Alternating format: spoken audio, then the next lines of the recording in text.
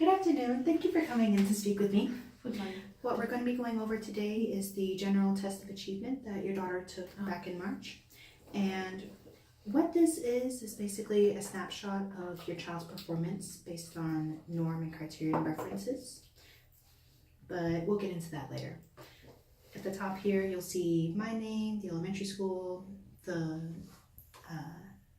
school district, your daughter's name.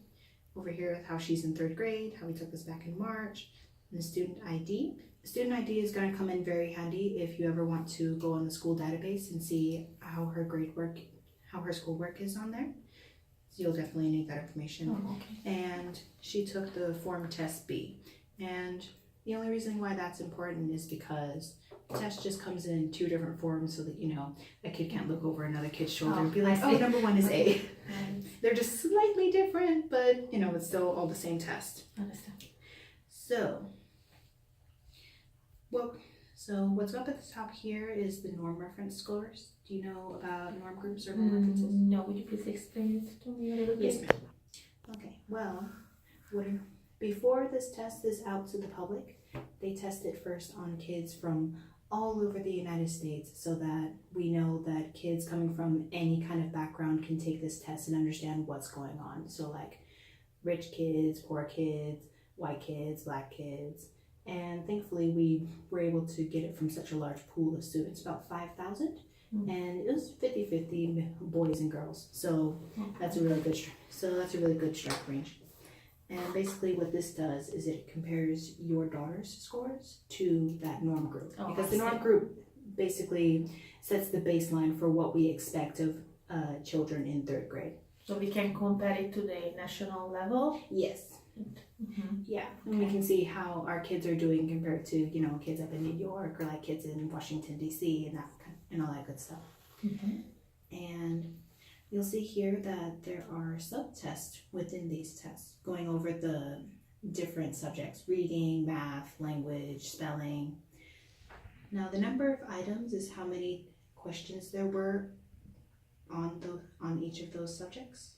And we didn't give these kids this test like all in one day. No.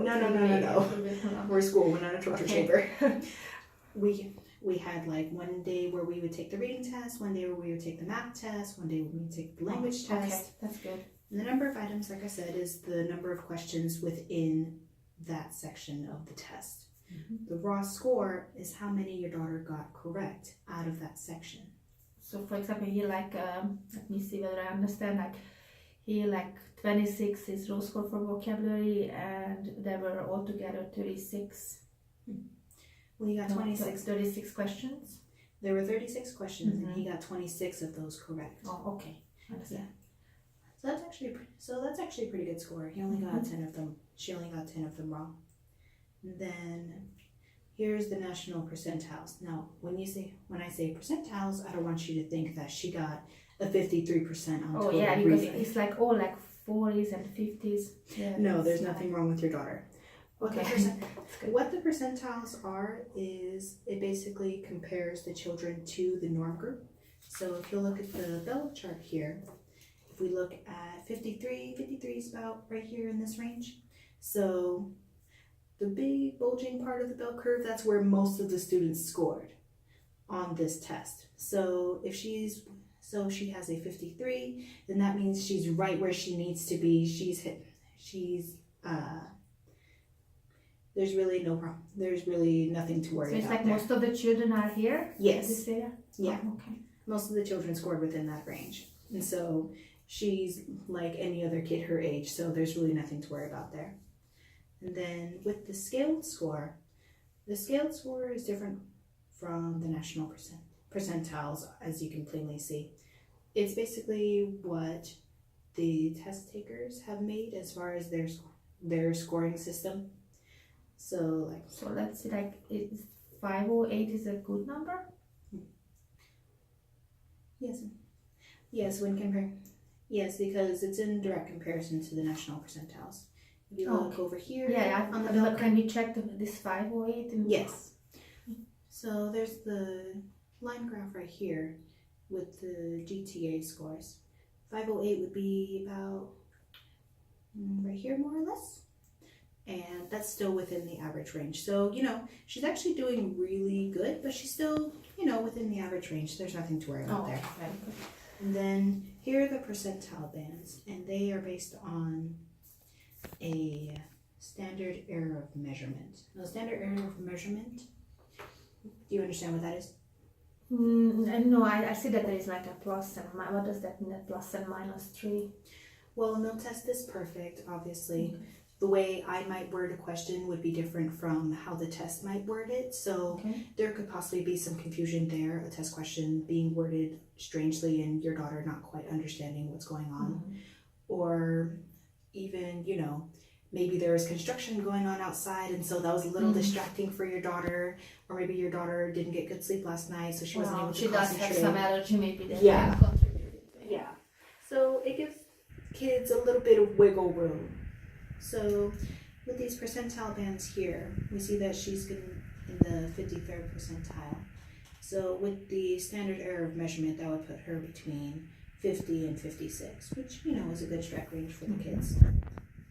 And then... Oh, I have one question. Yes. I see something here like called battery, basic and complete, but are those? Basic battery is... Well, battery in this case is like a grouping. So basic battery just refers to reading, math, language, listening, and spelling. The core. Yeah. The most important subjects for our kids to know. And then complete battery is all of the subjects that the general test of achievement tested over.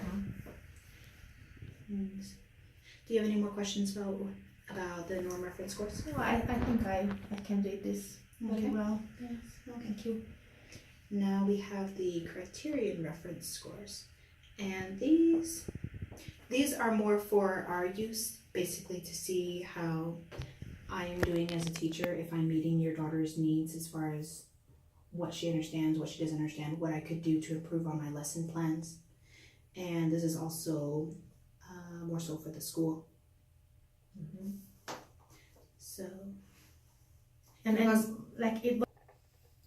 And with the criterion reference section, it basically goes over the different skills that are within each of these sections. So some things that I want to point out to you, language for one thing, I think your daughter is doing amazing at that. I've actually noticed that she carries around this little journal all day and like she'll jot things down about her day. Is that something that you Yes, at home she's always getting some journal with her. Yeah, that's really cool. Well, I definitely recommend that you continue encouraging her to write as much as she can, because it's definitely a breath of relief for me when I can go over your daughter's assignments and actually read what she's trying to what she's trying to say to me. I also, although I do want to bring your attention over here to the social studies section. Is it something that I should be alarmed about? It's like very low. I want to bring your attention over here to the social studies section, and through that I just want to explain to you what each of these sections mean, because it just looks like a bunch of numbers and X's. RS stands for raw score, which is how many your daughter got correct on that section of the test. NP stands for number possible, or basically the number of questions that there were on that section of the test. And my personal opinion, to be honest, is don't worry too much about the social studies section, because there really weren't that many questions in each of these sections. And the less questions that we have, the less that you can see what your child is capable of. Oh, yeah, I was it really kind of worried, yeah. It shows low there. Yeah, and it really doesn't show that much room for error, to be honest. I mean, your daughter only missed one question out of the community section, but it said that she scored it low. In my book, 5 out of 6 is really good. And I've also compared that to her work over here. Your daughter's really gotten into history after we went over Sacagawea and how she was able to lead Lewis and Clark on their expedition all across America. I would see her checking out books about Native Americans and their culture. So definitely don't worry too much about the social studies section. But one section that I do want to bring to your attention is math concepts, specifically numeration. Oh, yeah. You'll notice that your daughter scored a little low there, 11 out of 17. It's not terrible, but there's still some room for improvement. What I'm noticing is she's having some trouble with multiplication. Basically, making that connection that multiplication is basically just skip counting in equal numbers. So do you have any suggestions that I can do? Actually, I do have some good multiplication games that you could do with your daughter. Okay. Like whenever you guys have free time, it's not homework or anything, so she doesn't have to. But, you know, when a child is able to apply a concept to a game, it's a lot more fun and it'll stick in their minds better. And also, I'm wondering, do you have any siblings at home? Or does she have any siblings at home? Yes, she has a brother. She has a brother? Okay, that's good. Because actually another way that skills can really stick in their mind is if they can apply it to real world things. Oh, okay. So maybe every once in a while you could ask her these little questions like, oh hey, if I give you and your brother a bag of candy and there's 5 pieces of candy in each, how many pieces of candy in all? Oh, I see. Okay, Little so it's pieces. like something interesting, especially with the candies. Yes. And not only that, it doesn't necessarily have to only apply to siblings. It can also be like with family. Like say if you have her setting the table, you know that you need a fork, a knife, and a spoon. So you'd be like, okay, we have 7 people in our family and we need 3 pieces of silverware each. How many pieces of silverware are you going to need in all? Oh, okay. That Yeah. makes sense. That's a great idea. Yeah. Thank you. So, Should I? Oh, I can tell that. Wow, science is. Can you tell me more about science? It looks very good. Is she doing good in science? Oh yeah, she's definitely doing good in science. I would also kind of disregard this because they didn't give them as many questions on this test. A 6 out of 8, I honestly consider that really good. 6 out of 7, I consider that good. And I've even seen it over here when we were doing the different moon phases and just how the moon passes through a different shadow. She's really Explain it very well. She likes to watch the sky all the time. Yes. You have to go out every time. Well, not only that, but she asks like really good thought-provoking questions in class that almost makes me as a teacher like double check and make sure that I'm teaching these kids right. So she's almost one step ahead of me sometimes.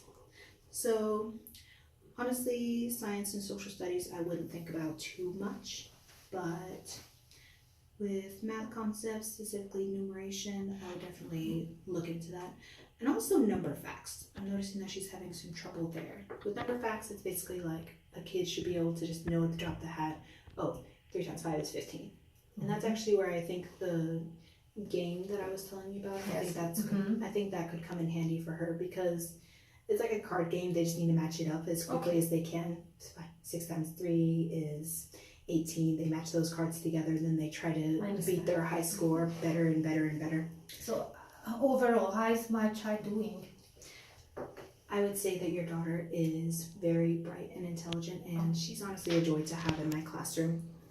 And just based on this general test of achievement, I say she's on the right track. So, is there any other questions that you have? You explained everything very well, so I will take. Do you have a copy? I can Yes, take ma'am. home?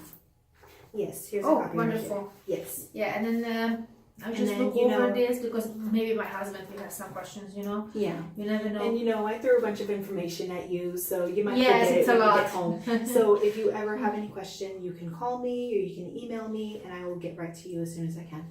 Wonderful. Thank you very much. Thank you very much. Have a nice day. Okay.